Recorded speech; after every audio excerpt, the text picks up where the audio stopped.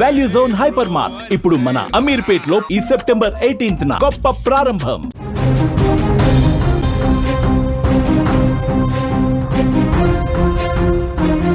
గత ఆదివారం నగరంలో కురిసిన భారీ వర్షాలకు మామ అల్లుడు కొట్టుకుపోయారు. వారిలో ఒకరి ఆచూకీ ఈ రోజు లభ్యమైంది. సుమారు 5 రోజుల పాటు గాలింపు చర్యలు చేపట్టగా యాదాద్రి భువనగిరి జిల్లా వలిగొండ మండలం సంగెం భీమలింగం కత్వా వద్ద మూసీలో లభ్యమైంది. అంటే దాదాపు 70 కిలోమీటర్ల వరకు డెడ్ బాడీ కొట్టుకుపోవడం గమనార్హం. హైదరాబాద్లోని అఫ్జల్గంజ్ సాగర్ డ్రైనేజీలో భారీ వర్షానికి మామ అల్లుడు కొట్టుకుపోయిన సంగతి తెలిసిందే. 5 రోజులుగా కొనసాగుతున్న గాలింపు చర్యల్లో ఒకరి మృతదేహం లభ్యమైంది.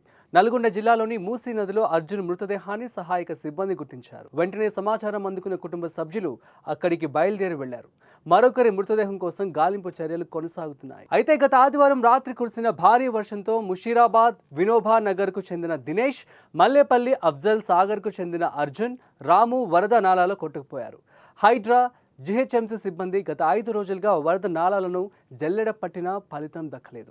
గౌలిగూడ నుంచి ఎంజీబీఎస్, చాదర్ఘాట్, ముషారాంబాద్ మీదుగా నాగోల్ వరకు వెతికామని సహాయక సిబ్బంది తెలిపారు. అయినా బాధితుల జాడ లభించలేదు.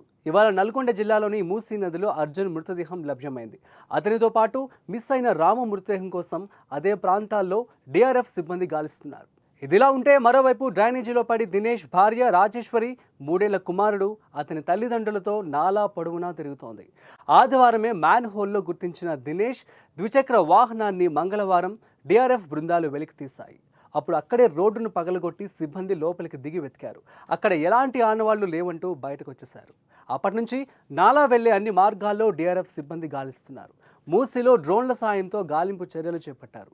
గల్లంతైన ముగ్గురిలో ఇవాళ్టికి అర్జున్ మృతదేహం మాత్రమే లభ్యమైంది. మిగిలిన 2 కోసం డిఆర్ఎఫ్ గాలింపు తీవ్రం చేసింది.